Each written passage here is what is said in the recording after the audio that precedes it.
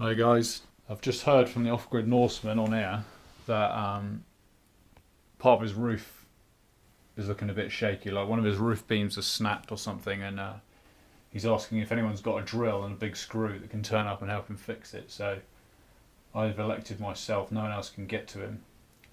The thing is, I'm at Mum and Dad's place. I'm in Dorchester, it's 40 miles away. So I've got some riding ahead of me. I'm going to pack my stuff up now, get it all in that bag, and this is basically, let's see if I can ride 40 miles before nightfall. It's 12:30 now. I think if I rush I can probably get on the road by 1.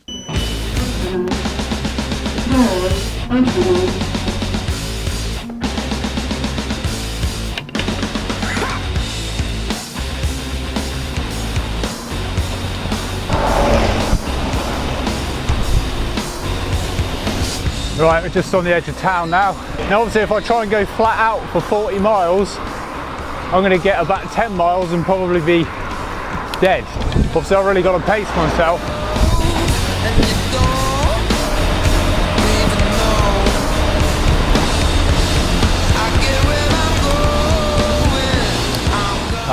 Where the hell are we? Puddle Town maybe?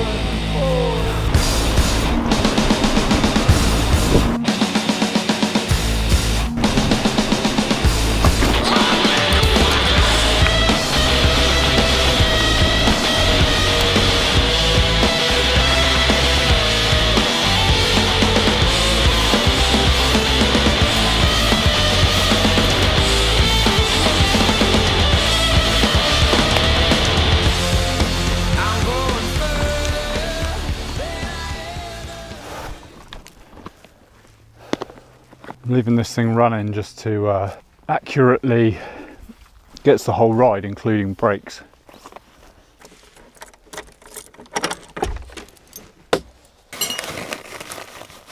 Okay, so feeling refreshed. I'm into stage 2 now, which is going to take me to Poole, which I reckon is about 12 or 13 miles maybe.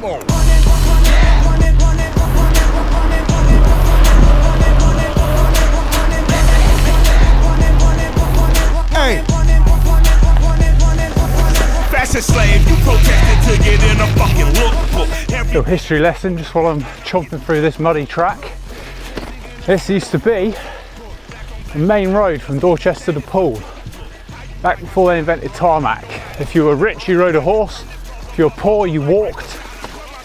And if you were some really flash futuristic bastard, you might have had a penny farthing, but they weren't too great on the off-road stuff, so they tended to keep those in the towns. But there was a man famous for living in this area called Montgomery Smythe, who was the 3rd Lord of Dorchester or something like that a long time ago, and he was well known as an extreme penny farthing rider back in the early 20th century. Probably tore this trail up a few times on his way to make business arrangements in Poole. Okay,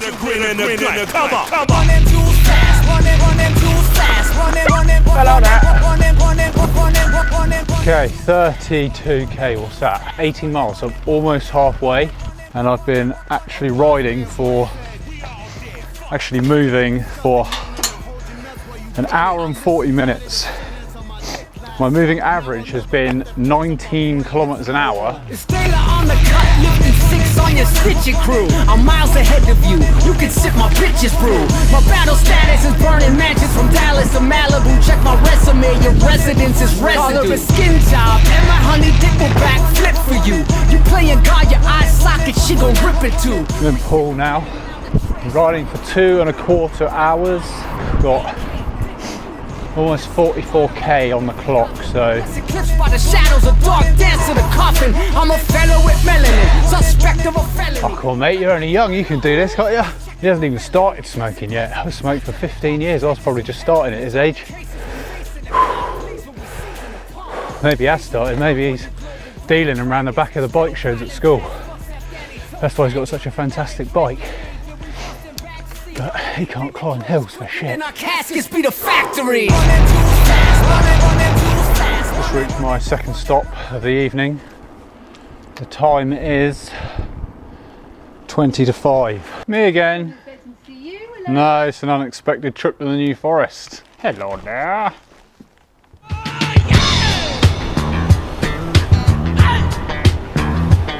You know the day destroys the night, night divides the day. Try to run, try to hide, break on through to the other side. Break on through to the other side. Come on! Break on through to the other side. Break on through to the other side, yeah. Chased our pleasures here, dug our treasures there. Or can you still recall time we cried? I'm in Bournemouth. 53k's done. Come on, mate, come on, mate, come on, mate. Oh, I see. Break on through to the other side. Oh, that was close. Break on through. It's really killing my average speed.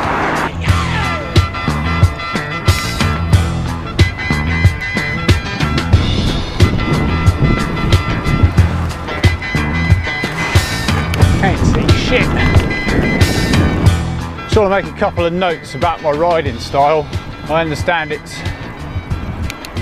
fairly committed even in built up urban areas. I kind of treat cars the same way I treat trees on a trail in the forest.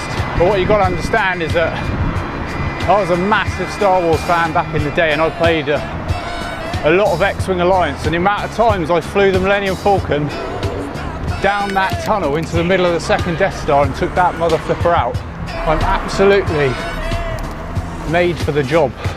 Flying a mountain bike between two rows of parked cars, you know what I mean? Something else to note, I used to ride a motorcycle for about 12 years. And most of that time I was riding something called a Honda VFR, which weighs 1/4 of a ton, no joke, 100 horsepower, does speeds of up to, well, I had 70 miles an hour on the clock once. I never went past that because obviously I obey the letter of the law, but it got to 70 very, very quickly.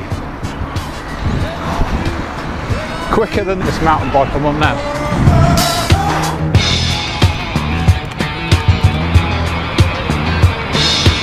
So even though I've been out to Dan's a couple of times recently to camp on the land, he doesn't live there anymore. He's got a new place in a new area.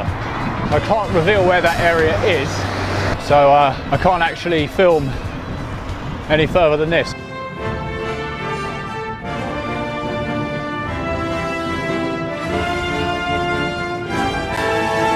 So it's time to fix the roof beam. Right. Here's split number 1. Yeah, that's the obvious one we that saw. but that's not good. And then there's that one, which is a bit more tremendous. And we're going to need a wooden beam that we Something can wedge in there, and that'll close up the split. And then what we can do is put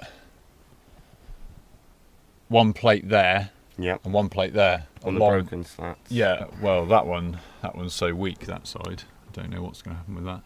I reckon with the plate on it. I tell you what, I think if we do this one here, the strong one, if we get the strong one up and plated, Yeah. then I think the other one won't be so much of a stretch. Yeah.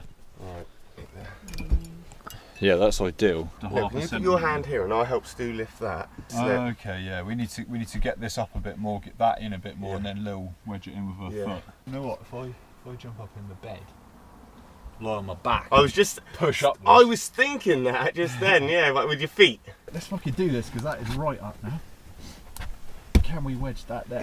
Is it closed? Yeah, definitely. That's amazing. Yeah. Right, let's I get this. can't believe that worked. Why? I just like saying that. Okay, so we've got that wedged in there, the split's closed up, and then Lily's holding that in place. We can literally put it there. Yeah. In fact, I think it's going to actually stay there. Smart.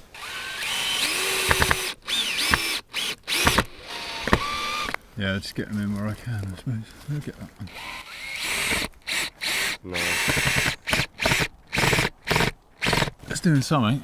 But there's no way I was going to hand screw these in. No, right. And then the same on this side. Oh, it's a crappy bit of wood.